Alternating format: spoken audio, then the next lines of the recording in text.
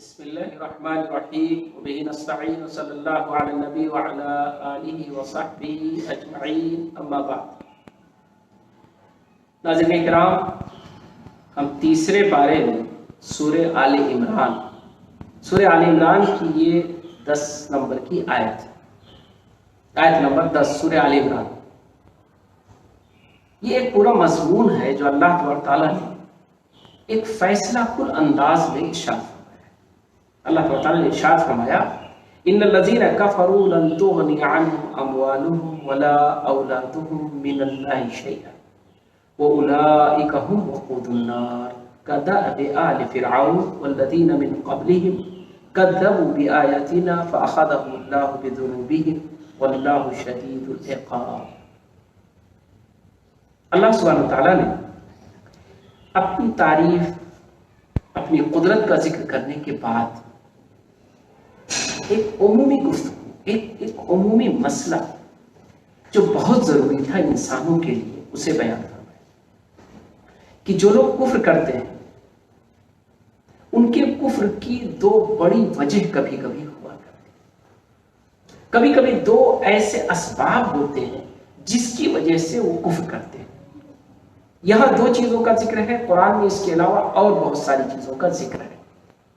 البتہ مسئلہ اس کا نہیں ہے کہ کتنے اسباب ہوتے ہیں، مسئلہ یہ ہے کہ کفر کا جو سبب ہوتا ہے وہ کتنا کمزور ہوتا ہے، لیکن کفر کرنے والے کے لیے بڑا اہم ہوتا ہے. اللہ تعالیٰ نے ارشاد فرمایا ان الذین کفروا لن تغنی عنہم اموالہم ولا اولادہم من اللہ شیئا. جو لوگ کفر کرتے ہیں، جو لوگ اللہ کا انکار کرتے ہیں، اللہ کی نافرمانی کرتے ہیں، اللہ کی مخالفت کرتے ہیں. کفر کے لفظ کو یہ سارے انداز میں ہم کو سمجھنا چاہیے. ہم اور آپ عمومی طور پر کفر کے لفظ کو مسلم اور کافر کے پس منظر میں سمجھتے ہیں. نہیں، کفر کو ہمیں سمجھنا چاہیے ان تمام حقیقتوں کے پس منظر. تو اللہ تعالیٰ نے ارشاد فرمایا کہ جو لوگ کفر کرتے ہیں وہ یہ جان لیں کہ ان کے مال اور ان کی اولادیں یہ انہیں اللہ کے بالمقابل کچھ بھی فائدہ نہیں پہنچا پائے. انسان اس کی 2 کیفیت، ایک تو وہ اپنے مال اور اپنی اولاد اس کے لیے ہر کچھ کرنے کے لیے تیار ہے. مال اور اولاد کے لیے اس کی پوری زندگی قربان ہو جاتی ہے اور ساری دوڑ بھاگ اس کا بڑا حصہ زندگی کا وہ خود اپنی زندگی کے بجائے اپنی اولاد اور اپنے مال کے لیے انسان وقف کر دیتا ہے. اور دوسری طرف انسان اپنے مال اور اپنی اولاد پر بھروسہ بہت کرتا ہے. اسے یہ محسوس ہوتا ہے کہ اگر اس نے مال اکٹھا کر لیا، کامیاب ہو گیا، تو گویا کہ اب وہ ہر پریشانی سے نجات پا جائے گا. ہر مشکل کی دوا اسے مل گئی، اب اس کے سامنے کوئی دقت نہیں آئے گی. کیوں؟ ہر دقت کو وہ مال کے ذریعے آسان بنا لے گا، ہر پریشانی کا سامنا وہ مال کے ذریعے کر لے گا. دوسرا، وہ اپنی اولاد کو اس اعتبار سے اہمیت دیتا ہے کہ اس کی اولاد ہر طرح اس کے کام آئے گی. اولاد کی بنیاد پر وہ کمزور نہیں رہے گا، اسے پریشانی نہیں ہوگی. تو یہ دونوں چیزیں، جہاں ایک طرف انسان اسے اپنی بے انتہا ضرورت سمجھ کر اس کے لیے کوشاں رہتا ہے، تگ و دو کرتا ہے، دوڑ بھاگ کرتا ہے، وہی ان دونوں کی وجہ سے انسان مطمئن بھی ہو جاتا ہے اور ان پر بھروسہ کر بیٹھتا ہے. اللہ تعالیٰ نے کہا ٹھیک ہے، اولاد اور مال کے لیے دوڑ بھاگ اچھی چیز ہے، خراب نہیں. اولاد اور مال پر بھروسہ کرنا بھی اچھی چیز ہے، مطمئن ہونا بھی اچھی چیز ہے، لیکن اللہ کے بالمقابل نہیں. اگر اللہ کے بالمقابل ان دونوں پر تم نے بھروسہ کر لیا تو یہ بہت بڑا دھوکہ ہو جائے گا. ایسی آپ سمجھیے کہ آپ کی جیب میں 100 روپے اور آپ کو 10,000 روپے کی کوئی چیز خریدنی ہے. مال ہے آپ کے پاس، لیکن یہ 100 روپیہ کیا 10,000 کی چیز اسے آپ کو دلوا دے گا؟ نہیں، زیرو ہے آپ کے لیے، ہے لیکن زیرو ہے۔ اسی طرح آپ 10,000 روپے رکھتے ہیں اور کوئی چیز 20,000 روپے کی ہے تو وہ 10,000 ہوتے ہوئے بھی آپ کے لیے بیکار ہے۔ آپ کی اولاد آپ کے لیے بہت اچھی ہے، کام آنے والی، مفید ہے، لیکن اتنی ہی جتنی اس کے پاس طاقت، جتنی اس کے پاس صلاحیت، اس سے زیادہ نہیں۔ اللہ تعالیٰ نے فرمایا یہاں انسان کو ایک حقیقت دکھلائی کہ مال اور اولاد ان دونوں کو اہمیت دو، ان دونوں سے تمہارا کام بنے گا، یہ دونوں تمہارے لیے فائدے مند ہوں گے۔ آگے اللہ تعالیٰ نے جس انداز میں بیان کیا ہے بڑی اچھے انداز میں اس حقیقت کو واضح کیا، لیکن اللہ کے بالمقابل مال کی وجہ سے تم اللہ سے لڑائی مول لے لو، اللہ کی مخالفت کرو، اللہ کی بات پر دھیان نہ دو، اپنے مال پر تمہیں بھروسہ ہو تو ذرا سوچو یہ مال تمہارے کام کتنے دن آئے گا۔ دنیا میں بھی ایسے واقعات پیش آتے رہتے ہیں کہ انسان کا مال اس کے کام نہیں آتا ہے، جیسے کہ میں نے مثال دی، ضرورت 20,000 کی اور ہے 10,000، یہ چیز ہی نہیں موجود ہے جس کی آپ کو ضرورت ہے۔ آج کورونا وائرس کی اس وبا میں کتنے لوگ ہیں جن کے پاس مال ہے، بہت مال ہے، لیکن اس مرض کا علاج نہیں، اس مرض کی دوا مال سے نہیں مل رہی ہے، مال خرچ کر کے نہیں مل رہی، تو ان کا مال ان کے لیے بے سود ہے، زیرو ہے، بے معنی ہے۔ اللہ تعالیٰ نے یہی حقیقت یاد دلائی کہ اے انسان، مال اور اولاد ان دونوں پر بھروسہ کرنا اس کی ایک لمٹ ہونی چاہیے، اس کا ایک دائرہ ہونا چاہیے۔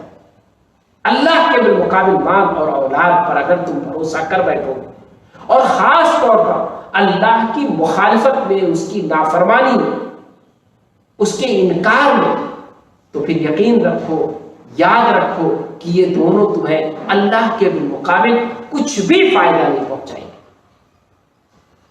وَأُولَٰئِكَ هُمْ وَقُودُ النَّارِ، بلکہ اگر انہوں نے تمہارا اللہ کے بالمقابل ساتھ دیا،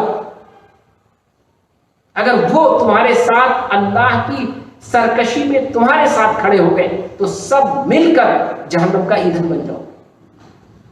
کیوں؟ اس لیے کہ اللہ تبارک تعالیٰ پھر سب کو سزا دے گا۔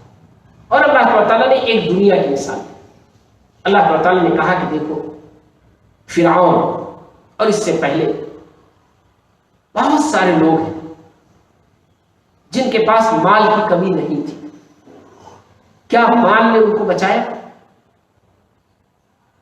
کیا دریا میں ڈوبتے ہوئے مال کی قیمت سے وہ اپنے آپ کو بچا سکے؟ نہیں بچا سکے۔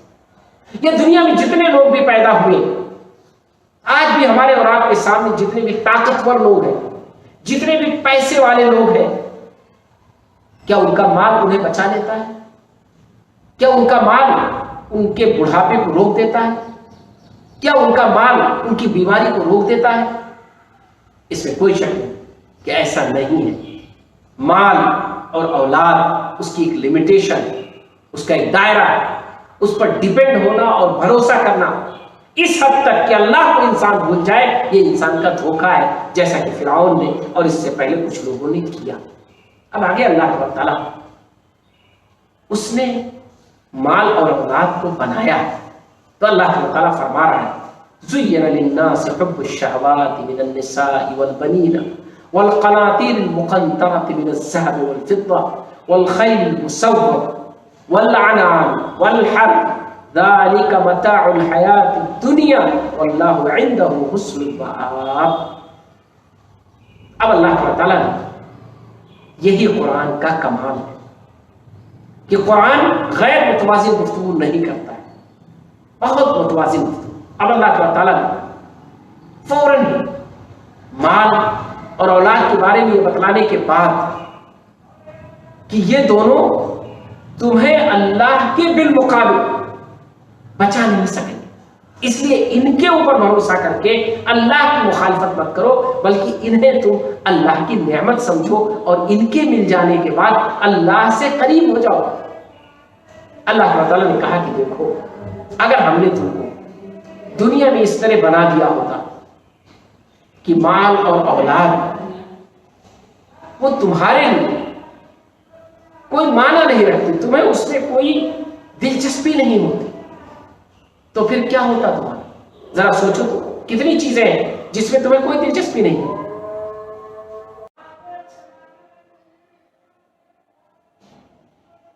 مال اور اولاد اور اسی بے شمار چیزیں اللہ سبحانہ وتعالیٰ نے انہیں خود ہی پیدا کیا ہے۔ تو ایک حقیقت اللہ تبارک تعالیٰ انسانوں کے سامنے رکھا ہے کہ دیکھو، ہم نے خود چاہا کہ اولاد کی اور مال کی محبت اور اس کی چاہت وہ تمہارے اندر ہو، تمہیں وہ اچھے لگے، تمہارے لیے مفید ہو، فائدے مند ہو، یہ ہم نے خود کیا ہے۔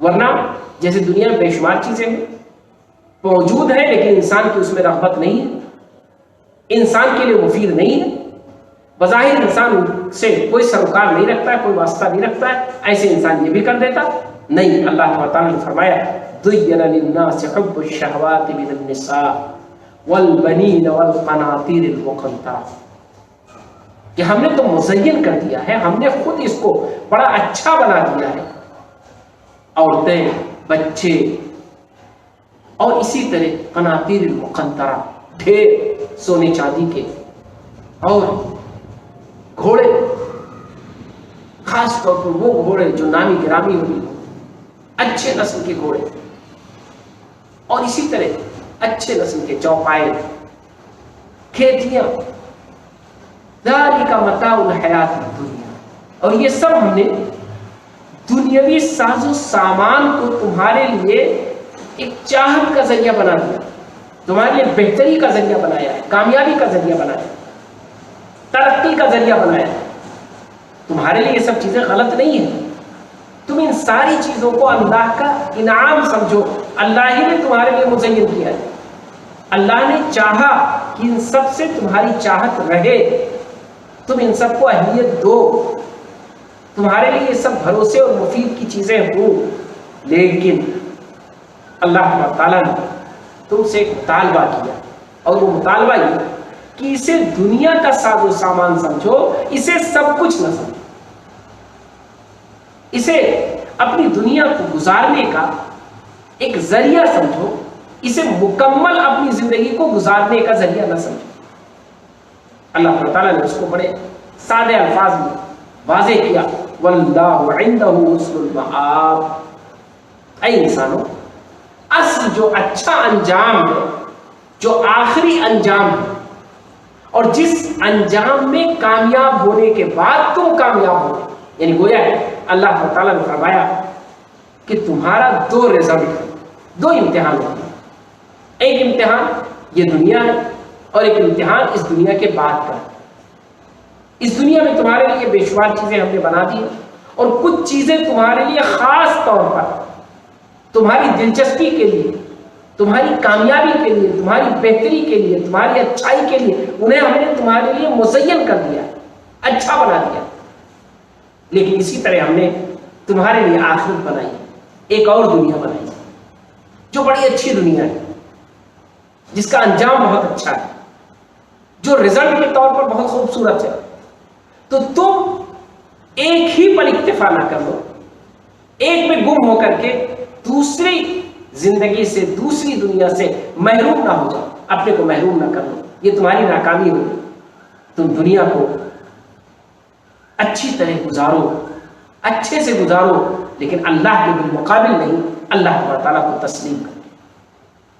قل اؤنبئکم بخیر من ذلکم للذین اتقوا عند ربهم جنات تجری من تحتها الانہار خالدین فیہا وازواج مطہرۃ ورضوان من اللہ واللہ بصیر بالعباد۔ اسی کی وضاحت کر دی اللہ تعالیٰ نے، اور بڑی اچھے سے وضاحت کی۔ اور یہ کب ہوگا؟ دنیا اور آخرت دونوں کب بنے گی؟ اللہ تعالیٰ ان سے اچھے بندوں کی زبانی بیان فرمائے. یہی قرآن کا اسلوب ہے کہ اللہ تعالیٰ ہر وقت اپنے انداز میں خطاب نہیں کرتا ہے.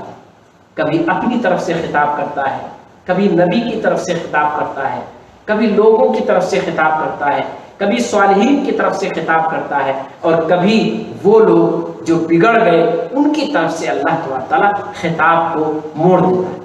اللہ تعالیٰ نے یہاں دیکھیے خطاب کا انداز بدل دیا. الذین یقولون، دونوں دنیا کن کی کامیاب ہوگی؟ وہ لوگ جو یہ کہتے ہیں. یعنی گویا ان کی اصل جو شروعات ہوتی ہے کامیابی کی وہ فیصلے سے.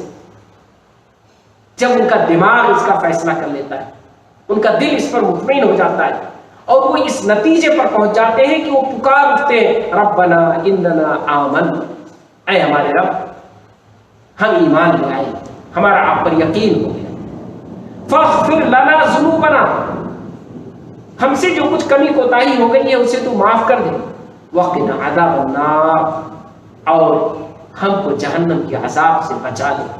الصابرین والصادقین والقانتین، اور اپنے اندر وہ صبر کی صفت پیدا کر لیتے ہیں، اپنے اندر سچوں کی صفت پیدا کر لیتے ہیں، اپنے اندر اطمینان کرنے والے، قانت مطمئن ہونے والے لوگوں کی صفت پیدا کر لیتے ہیں. والمنفقین والمستغفرین، اور اپنے اندر اللہ کی راہ میں خرچ کرنے کی صفت پیدا کر لیتے ہیں، اور اپنے اندر اللہ سے معافی مانگنے کی صفت پیدا کر لیتے ہیں. بالاسحار،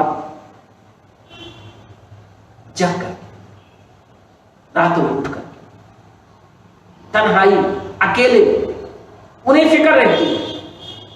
وہ سوچتے ہیں کہ کسی نہ کسی طرح اللہ تعالیٰ سے اپنی بات کہہ لیں، اور کہتے ہی صرف نہیں ہے بلکہ اپنے کو اس کے عملی ڈھانچے میں ڈھال لیتے ہیں، عملی تصویر بنا لیتے ہیں. اسی لیے دیکھیے جو جملہ استعمال کیا گیا، جو آیت ہے اس کو پھر میں دوہرا دوں.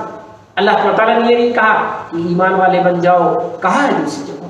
یہاں جو اللہ کا انداز ہے وہ گویا کہ اس پیرائے میں ہم ڈھل جائیں، ہمارا یہ جسم جو ہے اور ہماری جو روح ہے وہ اسی پیکر میں ڈھل کر تیار ہو جائے. کیا کہا اللہ تعالیٰ نے؟ الذین یقولون، جو کہتے رہتے ہیں ربنا آمنا، اے ہمارے رب، ربنا اننا آمنا، یقیناً ہم ایمان لیا.